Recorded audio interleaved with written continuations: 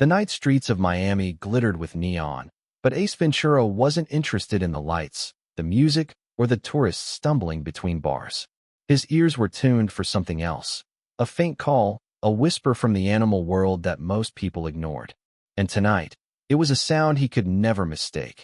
The muffled squawk of a scarlet macaw, one that should have been soaring free over the Amazon, not locked inside a steel cage. Ace tightened his floral shirt, flashed his crooked smile, and tilted his head like a bird cocking its beak. "Alrighty then," he muttered, pacing in front of an upscale restaurant whose windows glowed gold against the dark. The sign above it read La Couronne Noire, one of the most exclusive dining clubs in Florida. Membership was invitation only, and the rumors about what went on inside could chill any animal lover's blood. For weeks, whispers had spread about a secret menu. Endangered animals cooked as exotic delicacies for the rich and reckless. Crocodile tongues, tiger steaks, and the crown jewel of cruelty, rare parrots served as roasted tropical specials. To most people, it was just urban legend. To Ace Ventura, pet detective, it was a call to arms.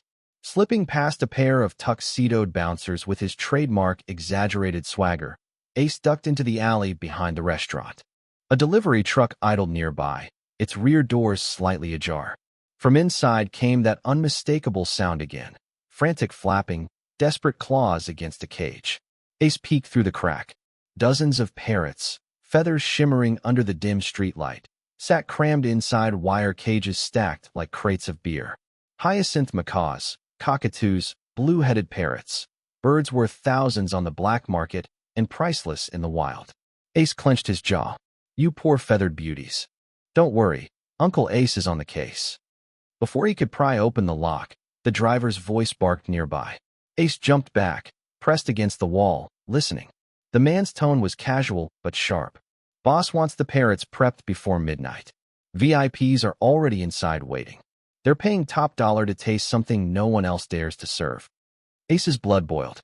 His fists clenched, then opened. He never solved problems with brute force, not when animal lives were at stake. Instead, his eyes darted upward to a fire escape, then to the roof. If he couldn't free the parrots now, he'd have to get inside and figure out who was running this operation. Scaling the ladder with comic grace, Ace landed on the roof, rolled dramatically, then whispered to himself, "Nailed it." A kitchen vent rattled nearby, warm air and scents of expensive spices drifting out. He wrinkled his nose, then grinned. "Time to add some spice of my own." Inside the kitchen, chaos reigned. Chefs in white coats yelled orders, flames roared, knives clattered. At first glance, it looked like any five-star kitchen. But then Ace saw the truth. In the corner, hidden from public view, stood more cages, smaller this time, with parrots trembling inside. A chef lifted one, examined its bright green feathers, and nodded toward a pot of boiling water. "Not on my watch," Ace whispered. He reached for a rolling cart, tipped it with theatrical flair, and sent a cascade of silver trays crashing across the floor. Cooks yelled, pots toppled, and in the chaos Ace leapt forward, snatched the parrot from the chef's hands, and cradled it like a child. "Say hello to freedom, Polly." He grinned, bolting toward the back door. Alarms blared instantly. The staff wasn't blind. 2 security guards stormed in, their radios buzzing, but Ace darted between them like a manic gazelle, parrot squawking on his shoulder. He barreled through a service corridor, laughing wildly. Nobody puts Birdie in a boiler. The chase spilled into the main dining hall. Wealthy patrons in tuxedos and gowns gasped as Ace sprinted across the room, feathers flying behind him. He leapt onto a table, skidded across a polished surface covered in champagne glasses, and landed in front of a stunned maitre d'. "Dinner is officially canceled," Ace shouted, holding the parrot high like a trophy. "And if anyone here ordered the tropical special, congratulations, you're about to be outlawed in style." The crowd erupted in confusion. Some laughed, thinking it was performance art. Others gasped in horror. But one man didn't flinch, a sharp-eyed figure in a crimson suit, seated at the head table. His gaze locked on Ace with cold fury. This was no random guest. This was the man behind it all. Ace smirked, tipped an imaginary hat, and bolted through the exit, the parrot screeching in harmony with his every step. The night was far from over, and the mission had just begun. Ace burst into the humid Miami night, the rescued parrot flapping its wings wildly on his shoulder. The sound of guards shouting behind him mixed with the throb of Latin music from the streets. He darted into an alley, crouched behind a dumpster, and whispered soothingly to the bird. "Easy, Featherbutt. You're safe now. I'm Ace Ventura, pet detective. I talk to animals, I walk with animals, and I occasionally smell like animals." The parrot tilted its head, blinked, then mimicked his words perfectly. "Smell like animals." Ace grinned. "That's my boy." But the victory was short-lived. The man in the crimson suit wasn't just angry, he was dangerous. Ace had seen his face before, in dossiers sent by a wildlife protection group. His name was Victor Delacroix, a notorious smuggler with connections from South America to the Middle East. Rare birds, exotic reptiles, even big cats. If it had fur, feathers, or scales, Victor knew how to turn it into profit. And now, he was expanding into fine dining. Ace knew this was bigger than one stolen parrot. If Delacroix had his way, dozens, maybe hundreds, of rare birds would end up roasted and served with champagne to laughing elites. Ace needed allies. By dawn, he was at the shabby office of Marta Vega, a fiery activist who ran a grassroots wildlife rescue group. Posters of endangered species covered her walls. When Ace walked in carrying the parrot, she nearly dropped her coffee. "Ace Ventura, I should have known." "Marta, my spicy enchilada of justice," Ace declared with a dramatic bow. "I bring gifts from the underworld." He placed the parrot on her desk, where it promptly pooped on her paperwork. Marta sighed. "You're impossible. But you're also the only one crazy enough to pull this off. Do you know who you're dealing with? Delacroix is untouchable. He's got politicians in his pocket, cops on his payroll, and enough money to buy silence anywhere." Ace wagged his finger. "Money can't buy love. Or parrots. At least, not if I'm around." Marta's eyes hardened. "Then you'd better be ready. Because saving one bird won't stop him. You need to find where he's keeping the others." Ace leaned back in the chair, steepled his fingers dramatically, and squawked like a macaw. The parrot on the desk answered back, almost like it understood. Ace's eyes lit up. "That's it. My feathery friend here saw where the others are.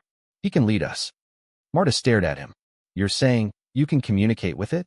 Ace puffed out his chest. "Lady, I am the bird whisperer." Hours later, Ace followed the parrot's agitated calls across Miami's industrial docks. Warehouses lined the waterfront, guarded by men in suits with dark sunglasses. From inside one building came the echo of dozens of distressed squawks. Ace pressed his ear against the steel wall. "They're in there," he whispered. Getting inside wasn't easy. Trucks came and went under heavy guard. Ace improvised.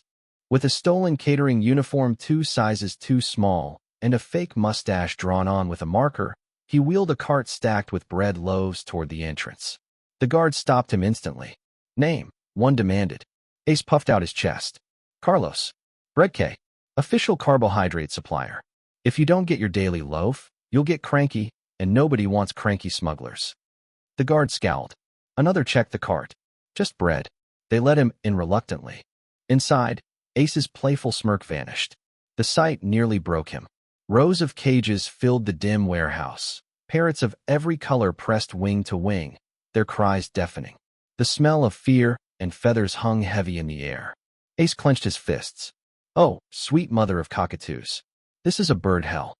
Before he could act, a voice echoed behind him. "Enjoying the tour, Mr. Ventura?" Ace spun around. Delacroix himself stepped from the shadows, crimson suit immaculate, flanked by 2 massive bodyguards. He smiled coldly. "I knew the clown from last night wouldn't stay away. You have a reputation, Ventura. A meddler. An animal lover. But you don't understand. These birds are worth millions. Their beauty is wasted in the jungle. Here, they make history." Ace tilted his head like a mockingbird. "History? More like a greasy footnote. Nobody's writing songs about the guy who deep-fried a macaw." Delacroix's smile faded. He gestured, and the guards closed in. Ace raised his hands, backing toward the cages. "Careful, boys," he said, eyes darting. "You hurt me. I'll sue for emotional damages. I'm very fragile." The guards lunged. Ace grabbed a cage, swung it like a battering ram, feathers exploding in the air. The birds screeched in chaos, creating a distraction. Ace dove between the men, rolled across the floor, and kicked open another cage.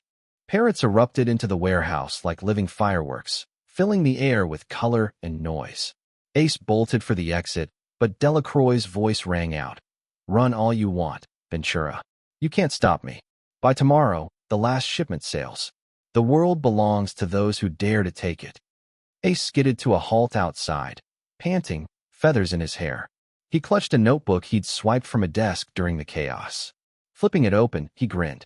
Inside were shipment schedules, coded names, and one clear target. A luxury yacht departing Miami tomorrow night, loaded with cages of parrots destined for black market restaurants overseas. Ace's eyes gleamed.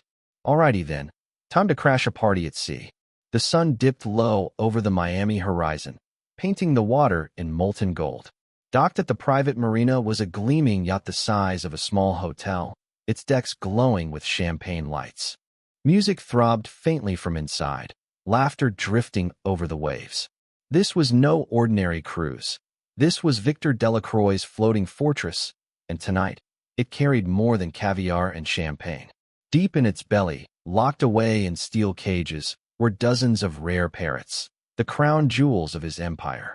Ace Ventura crouched behind a row of jet skis, binoculars pressed to his eyes. He wore a Hawaiian shirt even louder than usual, a wetsuit stuffed underneath, and a snorkel perched on his head.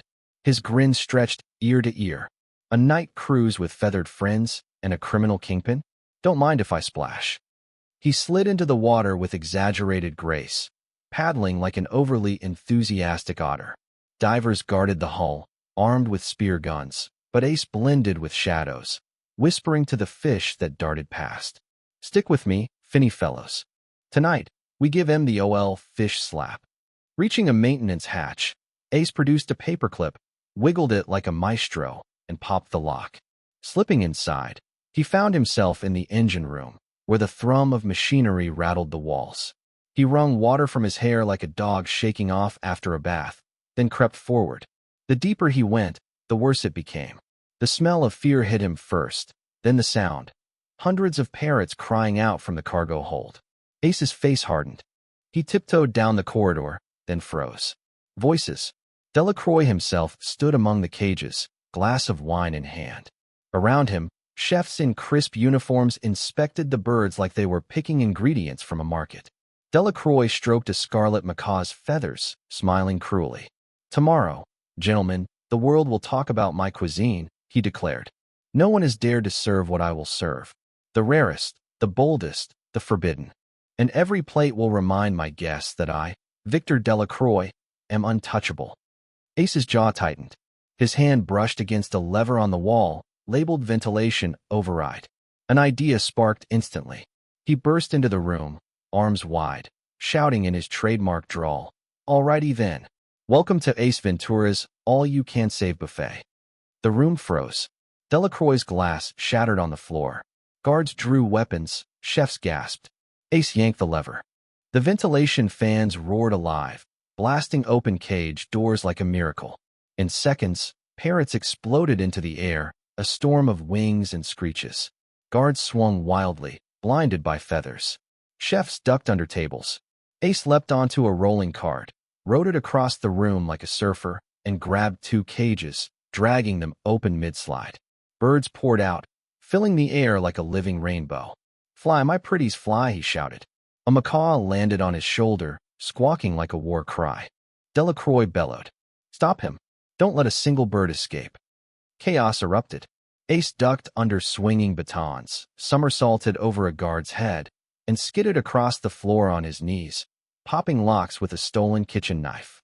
Birds swarmed out behind him like soldiers rushing into battle. One guard lunged with a stun baton. Ace snatched a frying pan from a counter, deflected the strike with a clang, then whacked the man square in the helmet. The guard spun, dazed, before collapsing face first into a cake. Ace couldn't help himself. Now that's what I call a face souffle. Parrots shrieked in laughter. At least, Ace swore they were laughing. But the tide turned fast. More guards stormed in, blocking exits. Delacroix retreated up the stairs, shouting orders, while Ace found himself surrounded. He clutched the macaw on his shoulder, whispering, Don't worry, buddy. I've got one more trick. From his pocket, he pulled a whistle used for calling dolphins, something only Ace would carry on a yacht raid. He blew hard. The sound was inaudible to human ears, but deep below the yacht, the water stirred. Seconds later, two dolphins leapt alongside the hull, their calls echoing in the night. Ace grinned. My Uber has arrived. With a sudden sprint, he hurled himself through a porthole, crashing into the sea with a spectacular splash. Guards fired into the water, but Ace surfaced already clinging to a dolphin's back, laughing like a madman. The rescued macaw clung to him, wings spread wide. Behind him, parrots poured out of open hatches, filling the night sky above the yacht in a brilliant, screaming cloud. The guests on deck shrieked as their dinner escaped into freedom, feathers raining down like confetti. Delacroix roared from the deck, face twisted in fury. Ventura, you'll regret this. The world hasn't heard the last of me. Ace, dripping wet and triumphant, raised his fist toward the yacht as the dolphins carried him away. Sorry, Victor, but you just got served, parrot style. As Miami's skyline shimmered in the distance, Ace knew this wasn't over. Delacroix was wounded, but not finished. The smugglers still had allies, money, and more hidden operations. The parrots were free, but the war for the animals had just begun. Ace patted the macaw on his shoulder, smiling softly. Round 1 goes to us, Polly. But round 2? That's going to be a barn burner. The next morning, Miami buzzed with rumors. News outlets showed shaky phone footage of hundreds of parrots bursting from a luxury yacht, showering the night sky with color. Some thought it was a publicity stunt. Others whispered about animal trafficking. But Ace Ventura knew the truth. Victor Delacroix had slipped away, furious and desperate, and men like him never stopped. Ace sat in Marta Vega's cluttered office, sipping coffee from a mug shaped like a toucan. The rescued macaw perched proudly on a filing cabinet, occasionally squawking face souffle, like a battle cry. Marta paced the room, waving the stolen notebook Ace had swiped from the yacht. These schedules aren't just for Miami, she said. Delacroix has routes across the Caribbean, Cuba, the Bahamas, even Venezuela. If we don't stop him now, he'll just rebuild bigger. Ace leaned back, balancing on 2 chair legs. Sounds like a tropical road trip with a side of feathers. I'll bring the sunscreen. Marta frowned. This isn't a joke, Ace. He's hosting one final event tonight, at his private estate outside Key Largo. If the notes are right, it's not just a dinner, it's an auction. The richest collectors in the hemisphere will be there, bidding millions for rare parrots. If he succeeds, it'll fund his empire for years. Ace dropped his chair with a thud. His eyes narrowed, voice firm. Then we crash his party. And this time, we make sure he chokes on his own greed. By nightfall, Ace stood at the gates of Delacroix's sprawling estate, hidden in the mangroves of Key Largo. Spotlights swept across manicured lawns, where limousines dropped off guests in designer suits and gowns. Security swarmed everywhere. Beyond the villa, cages lined a courtyard, each covered with velvet cloths hiding their precious contents. Ace could hear the muffled cries of parrots even from a distance.